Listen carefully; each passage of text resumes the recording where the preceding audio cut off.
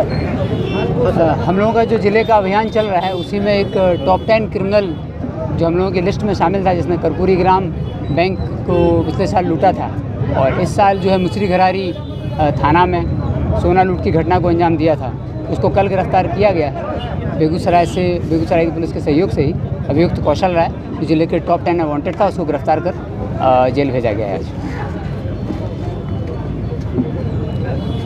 हो गया आ रहा हूँ।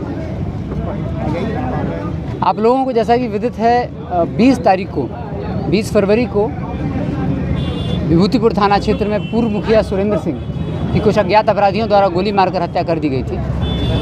घटना होने के पश्चात सब लोगों ने घटना स्थल का विजिट किया था और इस घटना के उद्भेदन के लिए हम लोग पहले दिन से प्रयासरत थे। इस घटना के उद्भेदन के लिए कुल 4 टीमें हम लोगों के द्वारा बनाई गई थी। SDPO रोसड़ा के नेतृत्व में 4 अलग अलग टीमें 4 अलग अलग बिंदुओं पर अनुसंधान और छानबीन कर रही थी। हम लोगों को पहले दिन से इसमें कई प्रकार की शंकाओं का हम लोगों को पहले पता चला। पहले समय ये पता चला कि कुछ पूर्व राजनीतिक अदावत है, उससे भी घटना हो सकती है। कुछ शराब कारोबारियों की भी संलिप्तता की बात सामने आई, फिर कुछ वीडियो की बात भी सामने आई। तो 4 अलग अलग बातें सामने आ रही थी, तो उसके आधार पर अनुसंधान प्रारंभ किया गया। अनुसंधान करते करते हम लोगों की जो पहला हफ्ता हम लोगों की टीम का था, वो हम लोग शराब कारोबारी के एंगल पर काम कर रहे थे। तो उसमें हम लोगों को स्पष्ट हुआ कि कुछ पूर्व मुखिया सुरेंद्र सिंह के पूरे बैंक अकाउंट वगैरह को खंगाला गया, जिससे यह भी स्पष्ट हुआ कि इनके द्वारा शराब का कारोबार किया जा रहा था और वैशाली और राज्य के बाहर के भी कुछ लोगों को पैसा हस्तांतरित किया गया था, पैसा भेजा गया था उनके अकाउंट से। उस एंगल पर हम लोग कार्य कर रहे थे।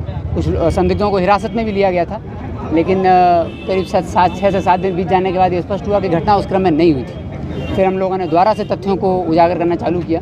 एक से एक टीम हमारी CCTV को लगातार देख रही थी। जहां हम लोग हैं इस घटनास्थल के आसपास जहां भी कैमरे हम लोगों को मिले, बहुत सारे कैमरों को CCTV को लगातार टीम के द्वारा देखा गया और टेक्निकल अनुसंधान भी किया गया। टेक्निकल अनुसंधान और CCTV का अनुसंधान एक टीम लगातार कर रही थी और दूसरी टीम जो है अन्य पहलुओं पर भी अनुसंधान कर रही थी। करीब 7-8 दिन जब बीत गए तो उसके बाद टीम को हम लोगों को पता चला कि जो इनके मोबाइल में एक वीडियो की बात जो सामने आई थी, उस वीडियो पर अनुसंधान चालू हुआ।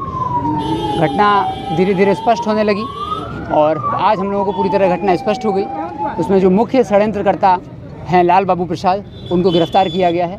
ये पूरी घटना राम बालक सिंह और लाल बाबू प्रसाद दोनों ने एक बहुत ही षड्यंत्र को उन्होंने अंजाम दिया। एक षड्यंत्र उन्होंने आज से करीब 20-25 दिन पहले फरवरी माह की शुरुआत में ही लाल बाबू प्रसाद और राम बालक सिंह ने, जो कि पूर्व विधायक हैं, उनके द्वारा इस घटना को अंजाम दिया गया। उनके द्वारा एक षड्यंत्र बनाया गया जिसमें 25 दिन पहले ये लोग मिले एक कुख्यात अपराधी से और इन्होंने 6 लाख में कॉन्ट्रैक्ट किलर हायर करने की बात करी और 6 लाख की इन लोगों की डीलिंग हुई और एक कॉन्ट्रैक्ट किलर जो कि ज़िले के बाहर से मंगाए गए और इनके द्वारा बताया गया कि घटना कहाँ करनी है, क्या करनी है, पूरी रूपरेखा तय की गई। और ये लोग दोनों जब घटना की इनकी द्वारा प्लानिंग हो गई तो ये ज़िले को छोड़ करके निकल गए। दोनों पहले से ही प्लान कर रखे थे और प्लान के अनुसार ये लोग लाल बाबू प्रसाद 12 तारीख को और राम बालक सिंह 15 तारीख को ज़िले को छोड़ करके दूसरे राज्यों में निकल गए ताकि किसी को इन पर शक ना हो। और इनके द्वारा घटना को कारित करने के लिए अपने 2 सहयोगियों को यहाँ पर छोड़ दिया गया, जो कि कॉन्ट्रैक्ट शूटर से लाइनअप रखेंगे, आगे का घटना करवाएंगे। जब ये हम लोगों को इनको द्वारा लाल बाबू प्रसाद को गिरफ्तार किया गया है, इनसे पूरी पूछताछ हुई और जो CCTV हम लोगों ने देखा था, तो पूछताछ और CCTV से स्पष्ट हुआ कि चारों अपराधी 16 तारीख को शाम को विभूतिपुर थाना में इसी गांव में पहुंच गए थे और इन चारों अपराधियों को राम बालक सिंह के घर में ही ठहराया गया। उसी घर में ये ठहरे। वहाँ जो इनका कर्मचारी था, उस कर्मचारी को भी हम लोगों ने हिरासत में लिया था, उससे पूछताछ की थी। तो उसके द्वारा भी ये स्पष्ट किया गया कि 4 अज्ञात व्यक्ति 2 मोटरसाइकिल से आके इनके घर में रुके। तो उन्होंने उसको आश्रय भी अपने घर में दिया, पूरा प्लान भी किया, पूरा षड्यंत्र को रचा, पेमेंट भी किया, कॉन्ट्रैक्ट किलर हायर किए। वो चारों अपराधी इनके घर में रुके, 2 मोटरसाइकिल से वो लोग आए थे। उनके द्वारा अगले 2 दिन पूरी घटना का, पूरे क्रम का प्लानिंग किया गया, रेकी की गई, घटना कहाँ कारित करनी है, कैसे कारित करनी है, किसको करनी है और देखा गया कि ये कौन है जिनको मारना है। देखने के पश्चात इन्होंने 17 तारीख को और 16 और 17 को इन्होंने रेकी किया, 18 को इन्होंने पहली बार प्रयास किया और 19 को पहली बार प्रयास किया, जिसमें ये लोग सफल नहीं हो पाए। तत्पश्चात ये लोग 20 तारीख को सुबह इस घटनाक्रम के अनुसार जो लाल बाबू और राम बालक सिंह के जो सहयोगी हैं, वो एक सहयोगी घटनास्थल के पास के एक गैराज में जाके सुबह अपनी मोटरसाइकिल लगा देते हैं और वहाँ पर वेट करते हैं पूर्व मुखिया सुरेंद्र सिंह के निकलने का। पूर्व मुखिया सुरेंद्र सिंह जब वहाँ पर आते हैं तो वहीं पर ही अपराधी थे, उनको ये बताते हैं और उसके बाद ये अपराधी उनके पीछे लग जाते हैं। पीछे लगने के अपराधी घटनास्थल अपराधियों ने पहले से तय कर रखा था और घटनास्थल पर पहुंचकर गोलियों से इनकी हत्या कर दी जाती है और चारों शूटर उसके बाद निकल जाते हैं। क्योंकि प्राथमिक दृष्टि में पहले हम लोगों को अनुसंधान के क्रम में 2 ही शूटर की पुष्टि हुई थी, लेकिन जब इनका सीसीटीवी पूरा देखा गया क्षेत्र का तो उस सीसीटीवी से भी स्पष्ट हुआ कि चारों अपराधियों को रामबालक सिंह और लाल बाबू प्रसाद ने अपने ही घर में आश्रय दिया था और एक कुख्यात अपराधी को इसके पैसे दिए गए थे, जिसके बाद उसने इन अपराधियों की व्यवस्था कराई थी। ये चारों इनके घर में रुके, 4 दिन तक रेकी किया गया। रेकी करने के पश्चात इस घटना को अंजाम दिया गया। जो पूरे षड्यंत्रकारी इस घटना के हैं लाल बाबू प्रसाद, उनको गिरफ्तार कर लिया गया है। 3 से 4 फरवरी के आसपास ये लोग एक कुख्यात अपराधी से भी मिले थे, वो भी हम लोगों ने आइडेंटिफाई कर लिया। शूटर्स भी आइडेंटिफाई हो गए हैं। अब बाकी अपराधियों की गिरफ्तारी के लिए छापेमारी की जा रही है। हम लोगों को पहले दिन ही ये घटना स्पष्ट हो रही थी, लेकिन इसमें कई पहलू आ रहे थे, तो हम लोग चाह रहे थे कि सभी पहलुओं पर स्पष्ट हो लिया जाए, सारे तथ्यों को उजागर कर लिया जाए।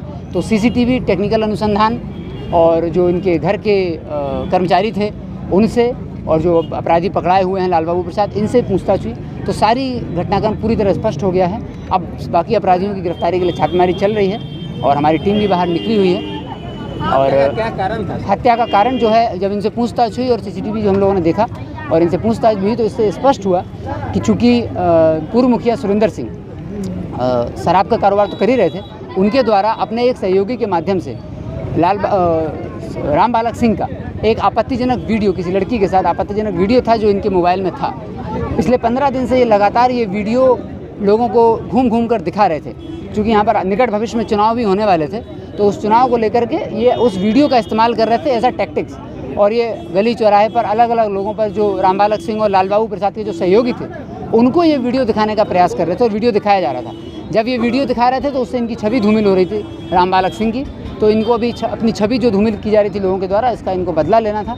उसी अदावत में बदले लेने के प्रयास में इनके द्वारा ये घटना की गई। लाल बाबू कहाँ से गिरफ्तारी हुई? दिल्ली से इनकी गिरफ्तारी हुई है। नहीं, अभी षड्यंत्रकारी गिरफ्तार हुआ है और बाकी शूटर्स आइडेंटिफाई हो गए हैं, तो अब बाकी गिरफ्तारी की जा रही है। कितने हैं सर? टोटल 4 अपराधी हैं जो जिन्होंने कारित किया। षड्यंत्रकारी एक और हैं, अपराधी हैं जिनके द्वारा हायर किया गया, और ये पूरे लोग षड्यंत्रकारी हैं जिन्होंने इस घटना को अंजाम दिया। जी, अभी कितने की गिरफ्तारी?